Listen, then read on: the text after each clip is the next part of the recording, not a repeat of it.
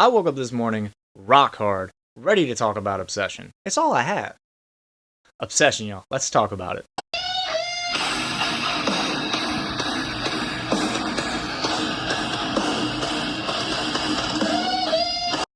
What is going on, y'all? It is Foos here, and today we're going to talk about obsession. Now, we did a spoiler-free reaction to this a little while back, but wanted to give this one some time. But I think it's been enough time, so we're going to deep dive on this one today. Obsession would be written and directed by Curry Barker. It star Inde Navarette, Michael Johnston, Cooper Tomlinson, Megan Lawless, and would have an awesome appearance by Andy Richter. It's pretty cool. This movie would base around this group of friends, in particular Bear and Nikki, who Bear has this obsession, deeply in love with Nikki, but has never had the courage to tell her how he truly feels. So, our movie kind of starts off with this conflict that Bear is in, where he wants to tell Nikki how he feels, but he doesn't know when, he doesn't know how. He can't seem to muster up the courage or, the time or whatever. It's always an excuse, it seems like, to not say it, blah, blah, blah, whatever. It just boils down to he doesn't have the spine to stand up and tell her how he feels. And we get a moment in this movie where he's given a clear opportunity from Nikki to just say it. Just tell her how you feel. He chooses not to, and instead opts to break the wish willow and wish for Nikki to love him more than anyone in the world. I don't think he expects this dream to come true, but it does. And it comes with a lot of consequences that I don't think he was expecting. And this movie just becomes one chilling, uncomfortable ride that is hard to shake once you see it. So, we'll go ahead, and the first thing I'm going to say about this movie, because it seems to be a hot debated issue, is Bear the villain or not? And I'm just going to say point blank, abso-fucking-lutely, Bear is the villain. And even before he breaks the wish willow, in my mind, there's unlikable quality, because if you really truly feel the way that you feel about this girl, and she's looking you dead in your eyes and asking you, do you have feelings for me? And you can't bring it within yourself to say, yes, Nikki, I blah, blah, blah, blah, blah, blah, blah. Then I got nothing for this guy from the jump right here. Like, I get being nervous. I'm a nervous guy. Like, I've been shy most of my life. Like, surprisingly, right? I seem to run my mouth pretty well. But so I kind of get where that could be coming from. But there comes a point, shy or not, nervous or not, anxious or not, where you've got to step over that line. Especially when that line is basically, begging you to step over it. And our character chooses not to, and makes himself very unlikable for me right from there. And then, after the wish is made, it speaks for itself, I feel like. He has no intentions of changing the wish, even though we learn he can't. But while he's on the phone at one point throughout this movie, talking to the wish hotline, they ask him if he wants to change the wish, and he straight up says, no, I don't want to change it, but basically wants to alter it and make it more suitable to him. And if that just doesn't tell you right there the type of guy you're dealing with, then I don't fucking know what does. So, absolutely, Bear is 110% the villain in this movie, and it's not even a debate as far as I'm concerned. Because even if you want to argue all the sympathies you could have for the things I mentioned earlier about just being a shy, nervous, timid, whatever type of person, miss me with that bullshit, because that shit only takes it so far. This man made decisions and made choices that take it way past just being a shy, quiet guy. So, getting that one out of the way right now. Now, let's go ahead and dive into some of the things that really stood out to me about this movie. And the first thing I'll point out, because it kind of connects to what we were talking about there with Bear and him having this opportunity to speak his feelings and choosing not to, I think that's what makes this, quite a tragedy of a movie in my mind. Because I am of the camp of belief here that Nikki, I think, had feelings for Bear in some capacity more than just friends. Now, I know we learn later in the movie that Nikki has been sleeping with Ian, one of the other members of the friend group, for a little while. And I don't think that necessarily cancels out what I'm trying to say, though. Because Nikki, before we're introduced to the Wish version of Nikki, and she's not herself really anymore, the small period of time that we get to know this character, she says some very telling things, I feel. At one point, she kind of alludes to the idea that, in her mind, love and romance are not the same. She also makes a very good point of telling Bear that when she has a crush on somebody, no one knows about it. And then the idea that she just point blank out asks him about whether she has feeling or he has feelings for her or not. It's not just that she asks, but it's that she asks, and then when he says we're just friends, and she goes and she walks away after that, she doesn't walk away relieved or like happy, because if she really was somebody that just wanted to keep Bear as a friend, and he says that to her in that moment, I would think the reaction would be that of relief, like, okay, good, all right, we're on the same page, whatever. She reacted as somebody that didn't get the answer she was hoping for. That's how I saw that. And that leads me to feel that had he just had the balls to say, Nikki, yes, I have feelings for you, in the moment when given the opportunity, I think it would have been reciprocated. So that to me makes this movie a fucking tragedy when you really stop and think about how it could have played out versus how it played out, all hinging on the moment where this man has a choice to just say how he feels, and he chooses not to.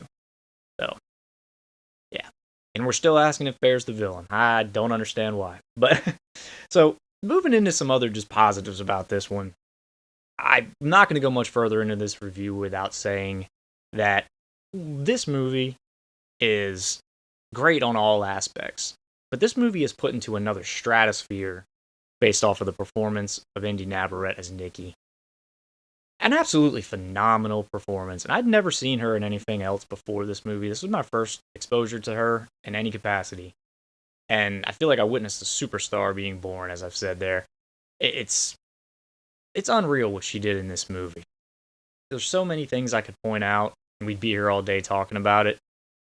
Some of the facial expressions, the voicings that she does at certain points, I mean, the ability to switch from one mode to the next on the drop of a dime was insane to watch in this movie at numerous occasions, because we get moments where Nikki is sort of trying to fight back, it feels like, from inside, and so there's just drop of a dime switches that she makes in her performance that just wow you when you see it, and gave me chills at so many points throughout this movie.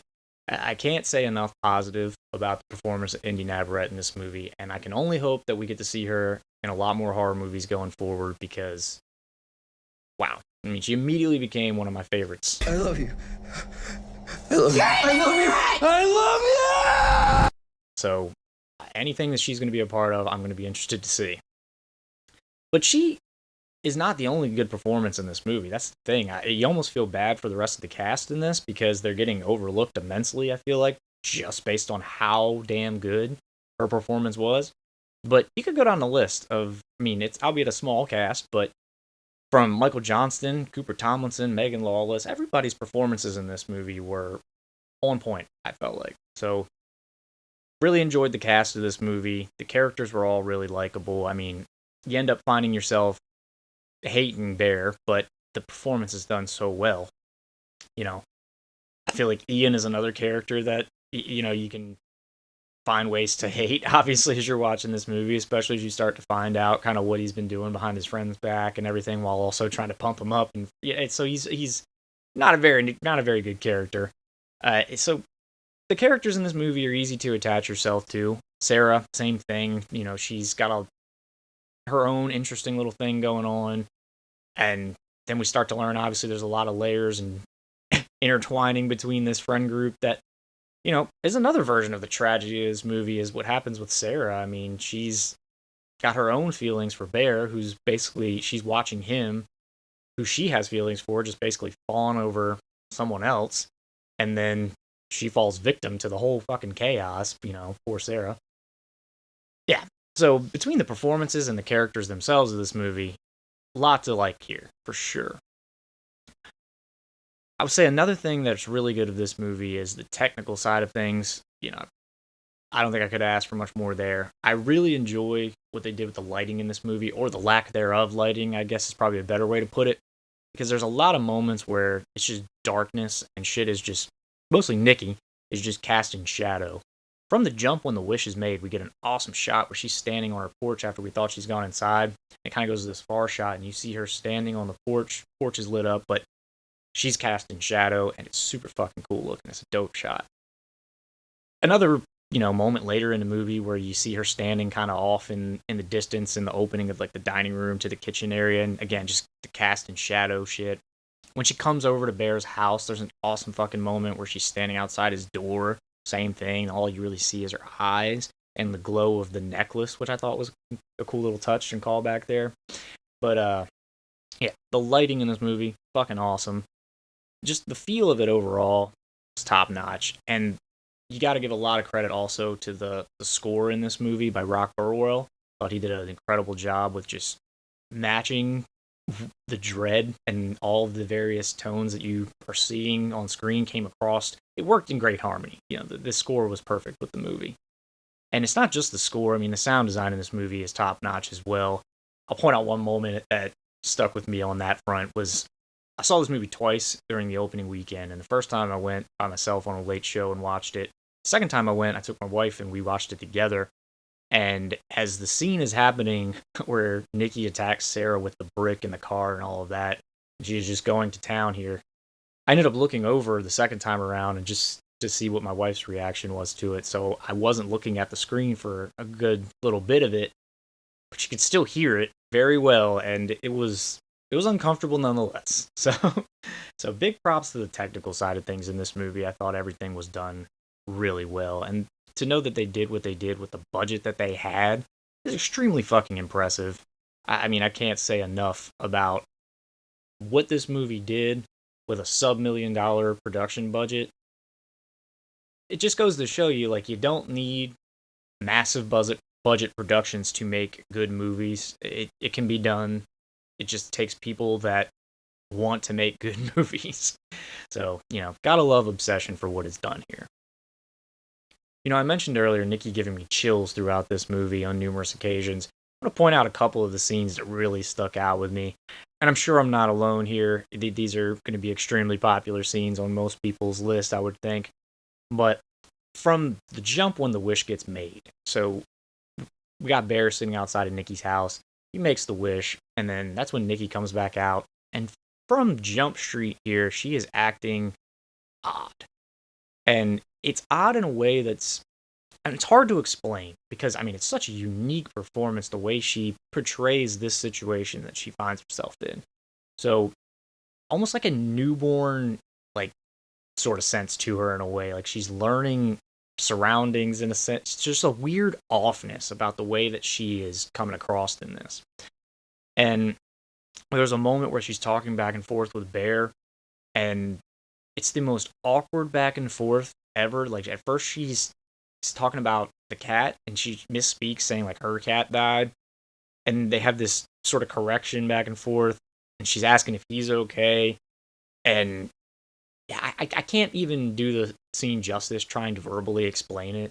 It's just one of the ones when you're watching it, I can't quite put my thumb on the feeling that it gives you, which is great. Honestly, it inspired feelings watching it that I don't even know how to fucking explain. And that's not even the end of the scene. Like, she has a moment where we get the first of the moments where she kind of snaps to, like, Nikki almost again. Like, where she's confused as fuck as to what's going on. And then switches right back to the childlike, wish Nikki, so to speak. And she's running around the side of the driver's side door and acting all goofy. And it's wild. It's fucking wild. That scene was insane to watch. And you fast forward a little deeper into the situation, she ends up coming home with Bear, and there's a scene where they're sleeping, and Bear wakes up in the middle of the night at like 3:45 in the morning or some shit, and Nikki's not in the bed, and he starts looking around the room, and she's off in the fucking corner, just standing there, watching this motherfucker sleep, and that's creepy as fuck when you see her. But then she starts fucking talking from the corner of the room, and my god, this fucking shit was unsettling, I'll say that. And we think that's just, that's it. No, she keeps fucking making it weirder and weirder. She starts walking out of the corner of the room at one point, and the fucking body language that this woman uses and the way that she moves in this scene, so eerie. And what a fucking incredible performance. I can't say that enough. And it's not done there. She then seems to proceeds to go back to the corner of the room and wants Bear to just go back to sleep, and she wants to keep watching him sleep. And then she proceeds to have a fucking meltdown because she's convinced that Bear does not love her as much as she loves him, and she fucking loses it in an over-the-top, like, dramatic performance here. And then you're like, okay, it can't get any fucking wilder than this, right? But it does. She then kind of disappears and comes walking across the fucking room with a vase in front of her face filled with flowers, with this weird sort of sideways fucking crab-like walk or something. I don't fucking know, but she just comes moving sideways across the room fast as shit, and it sent chills up my spine when I saw it the first time. Fucking nuts. And she comes and stands over on the side of the bed just looking at Bear with this vase of flowers up in front of her face. And you're like, what the fuck is about to happen here? The anticipation in that moment as to what the hell she was about to do was nuts. Ultimately, though, she just ends up again having one of these moments where she just flips the damn switch and turns like nothing fucking happened, and she goes, oh, for Sandy. And puts the flowers down on the nightstand, lays down, and acts like none of that weird shit ever fucking happened. So, fucking nuts. Absolutely wild scene. And then we get a scene where they're out at dinner, and we get another one of these fucking moments that just nuts, where Nikki has been telling Bear that her grandfather is sick. Or, I'm sorry, not her grandfather. Her father. Excuse me. And it comes to find out that that's not the case. And when Bear goes to question Nikki about this during their dinner, he is met with a reaction and a half. Let's just say that. Everyone knows the reaction I'm talking about at this point. And it's one of them ones when you watch it, it's just a phenomenal fucking performance on her part. And one of those moments is definitely going to stand out for a while. Yeah, it's going to be memed for a while. And yeah, I can't say enough about that one either. Oh, no. Oh, no. What? No, no, no, no, no, no, no, no, don't do that! I thought we were having a nice day. We are. Sit Why down. does it matter? I thought we were having a nice We are. day. We are. Last scene that I'll harp on specifically. Actually, you know what? I lie. I'm going to skip over that for a minute. We're going to come back to this one because there's one other one I want to point out. We get a moment where they're at the party, and it's one of the most awkward social scenes I've ever fucking seen, and it almost felt like I was there. That's how well it was done and how awkward it came across. So we get a scene where they're at a party, and they're playing this Jenga game, all sitting around. It's like a drinking Jenga game. And the first thing that we get that's absolutely fucking nuts is Nikki takes a turn and uses that as an opportunity to read a piece of her upcoming work that she's working on, that she's writing, I should say. And it's this like Hansel and Gretel thing, but not Hansel and Gretel at all. And the voicings and the performance that she puts on reading this, wow. All I'm going to say is if Inde Navarette wants to start doing books on tape or any of that type of shit, I will listen to it, because holy shit, this woman's ability to just do voicings and to portray a character, and I mean, her reading any type of fairy tale or any of that type of shit, I'm sure she's got a gold mine doing that.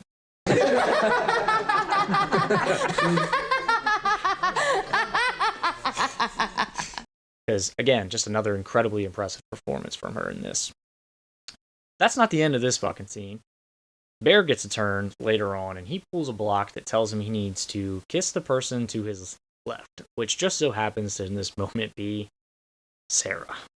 And then we get one of the most awkward fucking moments I've ever experienced, and I wasn't even there. This is a movie, but it felt like these were my real fucking people I was hanging around with, and I was actually there. I felt so uncomfortable watching this scene, just from a social standpoint, because we get the weirdest moment where Nikki stands up and she's pissed off. She's got the boo-boo face. Again, another absolutely memeable moment that I've seen all over the place recently ever since this movie. Internet's undefeated. But she's obviously not happy about this whole thing. And she is damn sure not about to let Bear kiss Sarah. It's not happening. So Nikki proceeds to walk over, stand behind Sarah, and pull her motherfucking chair out, removing her from said situation. awkwardly and deliberately as fuck, then proceeds to kneel down next to Bear, give him this kissy face, and then give a whole rant to the room about no one will ever love anyone as much as she loves her bear. Holy fuck, that was uncomfortable. But fantastic at the same time. And then she just caps it all off by busting her own fucking face in with a bottle. Wow. What a fucking scene. Absolutely nuts. Then we get our ending, which I'm going to start off the ending sequence, so to speak, with our unfortunate fate for Sarah. Sarah is attacked, and attacked in grisly fashion. Nikki proceeds to remove her face, and the following events from that are wild as hell, because after she does it, she walks around to the passenger seat where Bear is just kind of in fucking shock, and she starts having this, back and forth with him, telling him about how, she had to do this, kind of his fault. Like, just a wild, wild moment. And when this is all said and done, I'm skipping over some stuff here, but obviously we get to our ultimate ending sequence where Bear finally returns back to the house and finds that Sarah's body is there now, just kind of on display. And Nikki has done herself up, I guess, in an effort to look more like Sarah, to be more like Sarah, and she's waiting for Bear once he gets there, again lurking in the background in creepy fucking fashion. And that's when we get our ending, which is fucking madness. Ultimately, we get Bear, who attempts to try to end the wish by ending himself, let's just say, but ultimately is about to chicken out of it and attempting to try to regurgitate what he does to make this happen. But before he can do that, Nikki finds the other wish willow that he has, makes her own wish for Bear, I can only assume, to be in love with her more than anyone in the world. And comes out of the bathroom, and we get this fucking uncomfortable moment where they're both embracing, and it's so weird because there's like they're both finally almost on the same page, but in the worst kind of circumstance possible. But this is short-lived before Bear ultimately succumbs to his poisoning, because he is not able to regurgitate what he's done in time before the wish takes hold and he goes back out to Nikki. So then we get an awfully tragic moment where while Nikki is still under the power of the wish and is madly in love with Bear, she witnesses him die and basically holds him in her arms while he dies, and it's a fucking just rough situation to watch.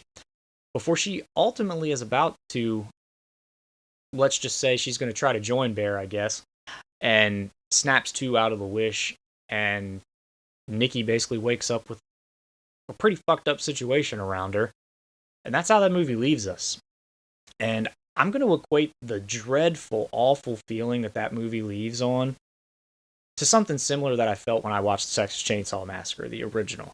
That ending is fucking bleak and dreadful, and it always leaves a certain awful feeling to it that this gave me a similar vibe to. And I guess it's kind of funny that works out that way, because sure enough, look at Curry Barker's our guy directing the new Texas Chainsaw Massacre movie. So how fitting is that, I guess? Really looking forward to seeing what that project's going to look like. And I'll say right now, give me as much of this cast in that movie as possible. I would bring all four of them. I'm here for it. I would love to see any of these people, especially Inde Navarette, in that upcoming Texas Chainsaw Massacre movie as well. I think that'd be fucking awesome. But that's all I'm going to leave it on the positives. I could go on, but we'll tail it off there. I have nothing negative to say about this movie. No notes on the negative side. This is a perfect movie for me. And a couple little final thoughts I will mention that I did find kind of funny. I really am a fan of Curry Barker's ability to make jokes about his own stuff. I saw recently where he was talking about this movie and about how the whole logic makes no sense with the wish world. Mentioned how, if you had all these people making all these random wishes, then you'd have a world of, fantastical shit, basically, like dragons flying around and all this and everything. And then so he's like, well, we floated the idea to combat that it was, when you broke a wish, you entered an alternate reality of just that person's wish. And then he goes, but at the end, Ian wishes for $1 million and it falls from the ceiling or whatever, blah, blah, blah. And it's like, so it's broken. I thought that was really fucking funny. But another thing that he mentioned, though, that I did think was a cool-ass idea, that is the last thought I'll leave this on. The idea of an Obsession sequel was brought up, and Curry Barker had said that if they did something like that, he would prefer to do a series where each episode kind of focused on a different person's wish. That's a fucking awesome idea. And if we get news that there's going to be an Obsession miniseries or some shit like that, I am 100% floored with excitement for that idea. So, fingers crossed that we get that. But that's all I got on this one. We're going to leave it at that. This movie is an all-timer for me. And already, I mean, even in the short life that it's had, this is a phenomenal movie. It's a perfect horror movie. I can't recommend it enough. Go check it out if you haven't already, which I don't know why you'd be watching this if you haven't. And buy that shit when it comes out, because it's fucking worth it. Obsession. That's all I got on it. If you stuck with me for this long, as always, please hit that subscribe button for us. Go ahead and check out some other videos on the channel. As always, we appreciate any extra love we can get over here. In the meantime, though, we'll see you on the next one.